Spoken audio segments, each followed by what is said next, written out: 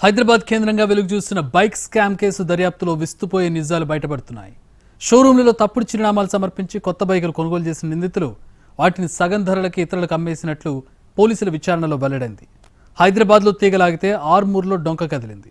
ఇప్పటి వరకు సూత్రధారులు పాత్రధారులను గుర్తించిన పోలీసులు 27 బైకులను స్వాధీనం చేసుకుని 9 మందిని అరెస్ట్ చేశారు. ఇక్కడ చూడండి, వరుసగా కనిపిస్తున్న ఈ బైకులన్నీ సెకండ్ హ్యాండ్ కోసం అమ్మకానికి పెట్టినవి అనుకుంటున్నారా?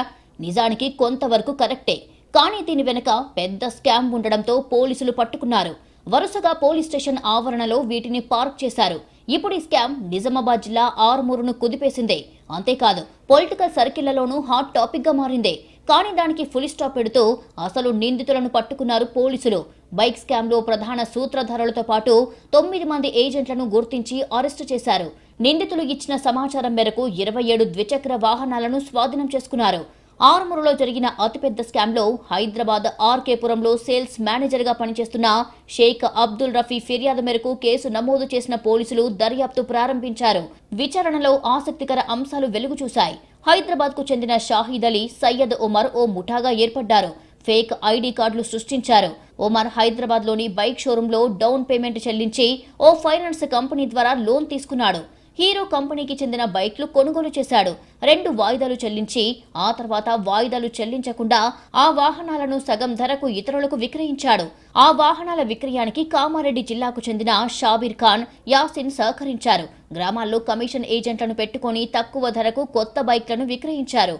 ఇలా 100కు పైగా బైక్లను ఆర్మూర్, సిరికొండ, డొంకేశ్వర్, ధర్పల్లి, మాక్లూర్ మండలాల్లో అమ్మేశారు. ఆ బైకుల్లో ఇప్పటి వరకు 27 సీజ్ చేసి నిందితులను అరెస్టు చేసినట్లు ఆర్మూర్ ఏసీపీ వెంకటేశ్వర్ వెల్లడించారు.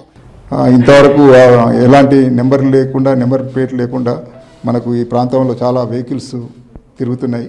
ఈ ఫినాన్స్ కార్పొరేషన్ వాళ్ళు స్టడీ చేసినప్పుడు ఈ మొత్తం వెహికల్ ఆర్మూర్ ప్రాంతానికి వస్తున్నాయని చెప్పి వాళ్ళకి తెలిసి వాళ్ళు ఒక కంప్లైంట్ కూడా లాడ్జ్ చేసినారు.